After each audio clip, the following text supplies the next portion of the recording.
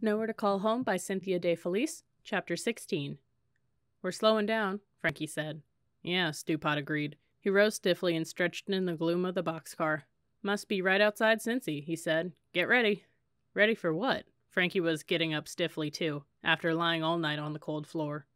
We gotta jump off before she pulls in. We'd never make it past the bulls in the yard. With all them other beaux on board, somebody's bound to get copped. Frankie swallowed. She jumped onto a moving train. Now she was going to have to jump off one as well. Stewpot was easing the door open, and Frankie was astonished to see snow covering the ground, the trees, and the roofs of buildings. It's so beautiful, she cried, forgetting to lower her voice. But Stewpot was gazing out the doorway, his eyes darting everywhere, taking in the situation. Good, we're still outside the yard. We'll wait till we get a little closer, up by them water towers, so we don't have to hoof it so far in the snow. I'll tell you when to go. Don't forget your stuff, he warned. Frankie's thrill over the snowfall quickly ebbed. So I just jump? She asked, trying to sound as though the idea didn't bother her at all. Yeah, said Stewpot, his eyes still directed at the track. Keep your knees loose, and if you have to, roll when you hit the ground. You'll want to land out away from the train, not close to the tracks if you know what I mean. Frankie, looking down at the tracks and remembering the wheels clanking relentlessly over them, knew what he meant. We'll wait till she slows down just a little more. He paused, gauging the speed of the train. Just a little more. A little more. Okay, let's go. And without another word, he jumped from the train and remained on his feet, slid down the bank of the raised railroad bed. He turned quickly and looked up to see Frankie still clinging to the railing of the boxcar door. Hurry, Blue, he hollered. Jump! The train had slowed down to almost a crawl as it approached the signal towers on the outskirts of the Cincinnati yard. But to Frankie, the ground seemed to be moving past at an alarming rate. Worse, Stewpot appeared to be growing smaller and smaller as the train moved away. If she remained on board, she'd be caught by the railroad bulls and maybe taken to jail. She had to jump. Do it, she urged herself. Now, go! But nothing happened. Her fingers clung to the railing, not even feeling the cold metal. Her feet didn't budge from their solid position on the boxcar platform. Blue! Stewpot's voice was growing faint, but she could hear the urgency in it. The train's whistle sounded loudly and startled her into action. Holding tight to her bag, she closed her eyes and jumped. Her right leg crumpled under her and she fell. Her knees struck the sharp cinders beneath the thin blanket of snow. She rolled down the bank and lay for a moment before opening her eyes. When she did, Stewpot was running toward her, a worried look on his face. Blue, you okay? Frankie nodded, unable to speak for a moment, as she measured the pain in her right leg. She sat up, then got to her feet, keeping her weight on her left leg and slowly shifting some to the right. My leg's okay, she said. Looking at the tear in the knee of her pant leg, she added, Better than my pants, anyway. I got stuff for sewing up holes, said Stewpot with a smile. He turned and headed toward a stand of trees. Frankie, knowing by now what he was up to, walked behind an abandoned storage shed that backed up to the tracks. There she squatted with relief, then rubbed her hands and face with snow, washing up as best she could. Joining Stewpot again, she asked, What do we do now? You tell me, returned Stewpot. Well, said Frankie slowly, I guess we ought to walk the rest of the way into town and see if we can find some food. Then find out which train is going to... Where are we going from here? St. Louis. Right, St. Louis. Let's go, said Stewpot. All around them were other hobos who had jumped from the train. Frankie watched as they slipped off behind trees and buildings and slowly disappeared. She and Stewpot, too, were away from the tracks now, out of plain sight, making their way inconspicuously towards the streets of the city. Frankie plunged her hands into her coat pockets to warm them, but there was no way to keep the wind from coming through the hole in the knee of her trousers. Stewpot didn't know the city of Cincinnati as well as he'd known Pittsburgh. This looks like the main stem, he said when they got further into town. But they found themselves unwelcome at the stores, where they stopped to ask if they could earn some food. Finally, Stewpot said, The heck with this, come on.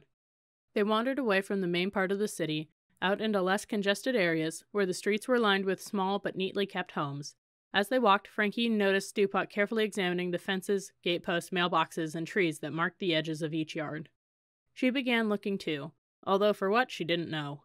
Look-ye there, said Stewpot with a grin. He was pointing to the corner post of a picket fence that bordered the property where a white house with black shutters stood among some pine trees. Frankie looked and saw a crude picture of a cat, just 2 circles, one for the body and a smaller one for the head, with pointed ears, whiskers, a tail, and 4 stick legs. It appeared to have been scratched right into the wood. If she hadn't been looking for it, she thought, she'd never have noticed it. Bows leave marks for each other, Stewpot explained. You just scratch it with your knife, or draw with a hunk of coal or whatever you got, to warn other bows about bad stuff, like cops or mean dogs, or to tell 'em where to go. He smiled and raised his eyebrows, pointing to the post. That means a nice lady lives here. Come on, maybe we'll get lucky and have a real sit-down. He opened the gate and began walking up the path to the door. Frankie followed, feeling peculiar about knocking at a stranger's door. She remembered Junius telling about the hobos who had come to the door. Had there been a mark of some sort outside her house? Stewpot knocked. After a moment, the curtain on the door was pulled aside, and the face of a young woman peered out. Frankie smiled, trying to look as friendly as possible, and wondering suddenly if her face was dirty. Stewpot was grinning widely also. The woman's face softened and the door opened. Why, hello, boys, the woman said. Hello, ma'am, Stewpot and Frankie said, almost in unison. Frankie spoke up next, wanting to show Stewpot she was learning. We were wondering if we could do some work for you, ma'am, in return for something to eat? You look cold, the woman said. Why don't you come on in first and warm up? In the background, a baby began to cry, and the woman pointed them toward the kitchen and excused herself. You make yourselves comfortable at the table there. I'll be right back. A lot of ladies wouldn't leave the likes of you and me alone for the blink of an eye, Stewpot remarked, wiping off the seat of his pants before sitting down. Afraid we'd swipe their stuff. Shh. Frankie hushed him nervously, not wanting the woman to hear them even talking about taking advantage of her kindness.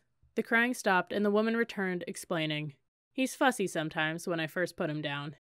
Then, getting out a skillet, she said, What about some bacon and eggs and toast first? Then you can clear off my front walk. How does that sound? Mighty good, ma'am, answered Stewpot. Frankie nodded in agreement. The woman pointed towards the sink. While I'm fixing it, I'm sure you boys would like to wash up. Yes, ma'am, answered Frankie. She glanced quickly at her hands and was ashamed of how filthy they were. The warm soapy water made her long to soak as she used to in the deep tub in her bathroom at home. How long had it been, she wondered, since Stewpot had had a hot bath? She wondered how long before she would ever have one again. The question made her feel uneasy. She had no idea of the answer. Frankie returned to her chair, and Stewpot took his turn at the sink. Her mouth was watering at the smells of bacon sizzling in the pan and eggs browning in butter. As she cooked, the woman chatted pleasantly about the weather. What a surprise the snow had been, and how cold it was for this time of year. I couldn't help but notice the hole in your trousers, she said to Frankie. There's a pair of pants upstairs that my husband never wears anymore. You're welcome to them. She said it easily and quietly, trying to be kind without embarrassing Frankie, adding, He's not a big man. They might not fit too badly. Oh, no, Frankie began to protest. Then she felt Stewpot kick her under the table. Startled, she looked up to see him nodding vigorously. Take 'em, he mouthed silently. I hate to think of those pants going to waste when you could use 'em, the woman said, placing the food on 2 plates and bringing them over to the table. Thank you, ma'am, Frankie said quickly, for the food and the pants. That is, if you really don't mind. Not at all, the woman said warmly. She poured 2 tall glasses of milk and set them in front of Frankie and Stewpot. I'll just run up and get them while you eat. Frankie dug into the food on her plate. With her mouth full, she said to Stewpot, You didn't have to kick me. Stewpot, too, was eating ravenously. Around a huge mouthful of egg and toast, he said, One thing you gotta learn, Blue. If somebody wants to give you something, take it. Even if you don't want it, somebody will. You can trade it or sell it or use it to bribe your way out of a situation, maybe. You got it? You're on the bum now. Frankie nodded. She got it. The woman returned, the pair of pants over one arm and her baby boy in the other. He doesn't feel like taking a nap today, she said, handing the pants to Frankie. Looking down at the baby, she cooed. He doesn't want to take his nappy, does he? The baby crowed happily and waved his little fists, and Frankie, Stewpot, and the woman all laughed. Frankie rose and carried the dishes over to the sink. That grub was top-notch, Stewpot told the woman. If you tell me where your shovel is, I'll start on that walk. The woman pointed out the window to a shed in the yard, and Stewpot went outside to begin working. To Frankie, she said, Would you like to put those pants on now? It's awfully cold to be walking around like that. There's a bathroom right around the corner there. Yes, Frankie said gratefully. In the bathroom, she put the pants on over her others. She rolled up the cuffs, which were too long, and attached her suspenders to the waist. That way, they didn't fit too badly, and the extra layer of warmth would be welcome. Putting her coat back on, she started to leave the room, then stopped. She looked at the gleaming white toilet bowl and sink, the clean fluffy towel on the rack, and the sweet-smelling soap in the dish, the brightly colored hooked rug on the floor. At that moment, she wanted never to leave the warm, clean, safe room. The idea of going back into the snow and the cold and the uncertain future seemed horribly bleak. In the kitchen, she thanked the woman again for the food and the trousers, and for welcoming them into her house. To her surprise, the woman's eyes filled with tears. "Don't thank me," she said softly. "I look at you boys and I look at my baby here, and I can't help but think, what if hard times catch up with him someday? I have to hope he'd be treated kindly." Frankie nodded, feeling her own eyes growing wet. Being here with this woman was making her think of spending time with Bridget and Mary and Mrs. Bailey in the big warm kitchen at home. A wave of homesickness and regret passed over her. She wondered suddenly what the kitchen and the bathroom at Aunt Bushnell's house looked like, and pictured them warm and clean and cozy. Quickly she pushed the image out of her mind, ran to the door, and let herself out before she began to cry. Stewpot was shoveling the last of the snow from the front path. "Hey," said Frankie, "I was going to do half the work. Fair's fair." She had intended to shovel the entire walk, because Stewpot hadn't been feeling well. "Too late," he said with a grin. "It was a piece of cake anyway." But his breath was coming in ragged bursts, and his eyes looked tired. The front door opened and the woman appeared again, holding a bag in one hand and the baby in the other. "Some food for the road," she called. Frankie went to get the food and asked, "Is there anything else you'd like us to do?" "Not a thing," said the woman. Frankie thanked the woman again, while Stewpot put the shovel away. "Guess we're set to go," he said. "Let's see if we can find us a train to St. Louis."